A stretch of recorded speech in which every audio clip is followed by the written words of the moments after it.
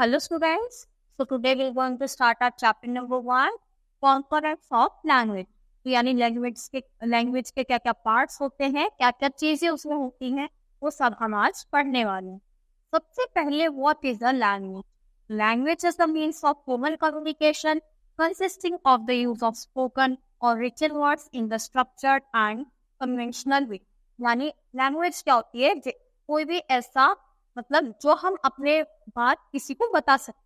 जैसे मैं जो अपनी फीलिंग्स है वो वर्ड्स के थ्रू बता सकती हूँ, बोलकर या फिर लिखकर. तो उसी मीडियम को हम क्या बोलते हैं? लैंग्वेज. फिर grammar. Grammar is generally defined as the set of rules that explain how words are used in a language through both writing and speaking. तो देखो, अब हमें ऐसा नहीं है कि हमने बोल दिया तो अब हम लिखते हैं. ग्रामर होती है यानी जो उन वर्ड्स को हमें कैसे लिखना है, कैसे उनका ऑर्डर सही होना चाहिए, इसका मीनिंग क्या होता है. अब हम ग्रामर में नाउन पढ़ते हैं, फिर नाउन, एडजेक्टिव, एडवर्ब, प्रीपोजिशन, इतनी सारी चीजें पढ़ते हैं.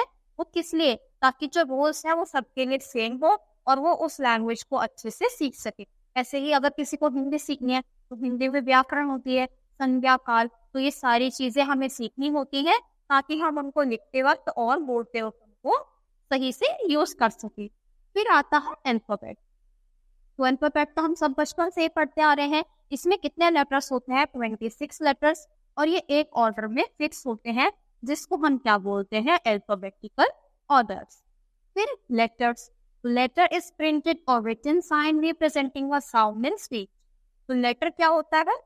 जैसे सबसे स्मॉलेस्ट यूनिट होती है लैंग्वेज की. जैसे ये लेटर्स है, 26 लेटर्स है, तो A to Z हमारे क्या है? लेटर्स. लेटर्स को भी दो पार्ट्स में बांटा गया है. सबसे पहला कैपिटल लेटर्स और दूसरा स्मॉल लेटर्स. कैपिटल लेटर्स हम कहाँ यूज करते हैं? जैसे सेंटेंस की हमने स्टार्टिंग करी तो स्टार्टिंग में अपना नेम लिख रहा है तो नेम और सरनेम कैप्स में जाएगा. तो ये सारे ही क्या है? जो अपर केसेस लेटर्स होते हैं उनको हम capital letters. It is use at the beginning of a sentence और अ प्रॉपर नेम और may be use to show respect. यानी या तो किसी सेंटेंस के बिगिनिंग में स्टार्ट होंगे या फिर प्रॉपर जो नेम होता है वो भी कैपिटल से स्टार्ट होते हैं. तो A to Z ये सारे हमारे कैपिटल लेटर्स लिखे हैं. ABCDEFGHIJKLM NOPQRSTUVWXYZ. तो ये सारे ही क्या है? Capital letters. फिर यही सेम हमारे स्मॉल लेटर्स में भी आते हैं. Same 26 letters, same order, same alphabetical order, पर ये सारे क्या हैं? ये सारे साइज में छोटे हैं और जिनकी फॉर्म है लिखने की वो अलग है. यानी जो हम सब लिखते हैं वो स्मॉल लेटर्स में लिखता है, बस कहीं कहीं हमें कैपिटल लेटर्स का यूज करना होता है. Further these letters are divided into forms. तो देखो, इनको भी आगे दो कैटेगरी में बांटा गया है. पहला वोवल और दूसरा कॉन्सोनेंट. तो वोवल्स कौन कौन से होते हैं? AEIOU. यानी जो 5 लेटर्स हैं वो हमारे वोवल्स होते हैं और इन 5 को छोड़कर बाकी के जो सारे लेटर्स हैं वो सारे किस में काउंट होंगे? Consonant. Then what is a word? Word क्या होता है? जैसे कोई भी हम वर्ड बोलते हैं तो वर्ड लेटर्स को मिलाकर हमारा एक वर्ड बनता है. A unit of language consist of one or more spoken sound और their written representation that functions as a principal carrier of meaning. यानी अब वर्ड अब हम बोल रहे हैं तो उससे हमें लिखकर भी तो बताना होगा. तो हम ऐसी ग्रुप ऑफ लेटर्स को मिलाकर एक वर्ड बनाते हैं. जैसे ये पूरा क्या है? ये यूनिट. तो ये UNIT इन लेटर्स को मिलाकर ही तो एक वर्ड बना. तो ये सारे लेटर्स को मिलाकर सिंगल वर्ड बनाए जाते हैं जिसको हम लैंग्वेज में यूज करते हैं. फिर सेंटेंस. सेंटेंस क्या होगा? तो लेटर्स को मिलाकर वर्ड बनाया, अब हम वर्ड्स को मिलाकर सेंटेंस बनाते हैं. A group of words arrange in a particular order to make complete sense is called a sentence. यानी ऐसे ग्रुप ऑफ वर्ड्स जिसको हम सही ऑर्डर में रखें कि हमें कंप्लीट सेंस मिल जाए तो वो हमारा सेंटेंस बन जाता है. A sentence may also have the following components. अब सेंटेंस में भी कुछ पार्ट होते हैं. सेंटेंस में फ्रेज होता है, क्लॉज होता है. क्लॉज क्या होता है? देखो, सबसे पहले फ्रेज. तो फ्रेज में ग्रुप ऑफ वर्ड्स होता है पर वो हमें कंप्लीट सेंस नहीं देता. अगर कंप्लीट सेंस मिल गया तो फिर तो वो सेंटेंस बन जाएगा. यानी जो हम थोड़ा थोड़ा बताएं उसको हम फ्रेज बोलते हैं. Especially one form of a part of a sentence. In fact, it is a group of words forming a short expression. जैसे on the wall, in the garden. तो ये क्या है? ये क्या है? फ्रेज है. क्योंकि इन द गार्डन यानी गार्डन में है, ऑन द वॉल वॉल पर कुछ है, तो हमें जो थोड़ा थोड़ा चीजें बताए, प्रॉपर मीनिंग ना दे पाए, उसी को हम फ्रेज बोलते हैं। फिर clause, a group of words that includes a subject and a verb forming a sentence और a part of a sentence. या तो ये क्या बनाता है, एक सेंटेंस बनाता है, या फिर एक सेंटेंस का पार्ट होता है। क्लॉज और फ्रेजेस को हम अलग से भी यूज कर सकते हैं, तो क्लॉजेस को अलग से यूज नहीं कर सकते।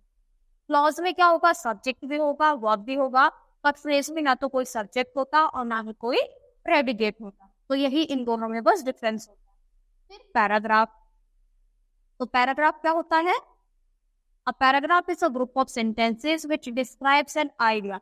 यानी कोई भी हमें टॉपिक दे दिया जाता है, उस पे हमें कुछ लाइंस लिखनी होती हैं, उसी को हम पैराग्राफ बोलते हैं। और अगर ज्यादा लिखना है तो वो फिर ऐसे बन जाएगा, और अगर हमें थोड़ा कम लिखना है तो ये पैराग्राफ होता है। The sentences are written in regular order with the unity of thoughts in it. यानी एक टॉपिक दे दिया गया है, उसी से रिलेटेड हमें कुछ चीजें उसमें लिखनी होती है। फिर प्रीफिक्स, प्रीफिक्स होता है किसी भी वर्ड में पहले जोड़ना। प्रीफिक्स यानी प्री, यानी उसके पहले में कुछ ऐड कर देना ताकि उसका मीनिंग क्या हो जाए, चेंज हो जाए।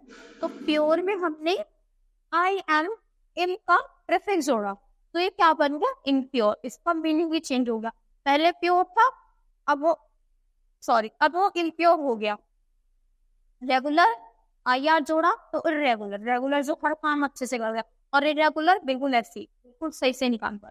ऑनेस्ट में डिस जोड़ा तो डिसऑनेस्ट, फेयर में अन जोड़ा तो अनफेयर। यानी कुछ ऐसे प्रीफिक्स अगर हम किसी वर्ड में जोड़ते हैं, जो उनका मीनिंग होता है वो या तो मॉडिफाई हो जाता है या वो खुद भी चेंज हो जाता है। फिर आता है सफिक्स, प्रीफिक्स हमने प्री यानी पहले जोड़ा, अब हम सफिक्स को कहाँ पे जोड़ते हैं, बाद में। तो सक्सेस में हमने फुल जोड़ा तो क्या बना, सक्सेसफुल। गोल्ड में ईएन जोड़ा तो गोल्डन, आउट में ईआर जोड़ा तो आउटर, और थैंक में फुल जोड़ा तो थैंक। तो सफिक्स में बाद में जोड़ते हैं और प्रीफिक्स में पहले जोड़ते हैं। तो जितना भी सारी चीजें पढ़ी, ये सारी क्या है, एक पूरा ही जो हमारी लैंग्वेज है उसका पार्ट था। आई होप आपको सारी ही चीजें अच्छे से क्लियर होंगी। आगे आगे हम इनको और डिटेल्स में पढ़ेंगे। That's all for today, thank you.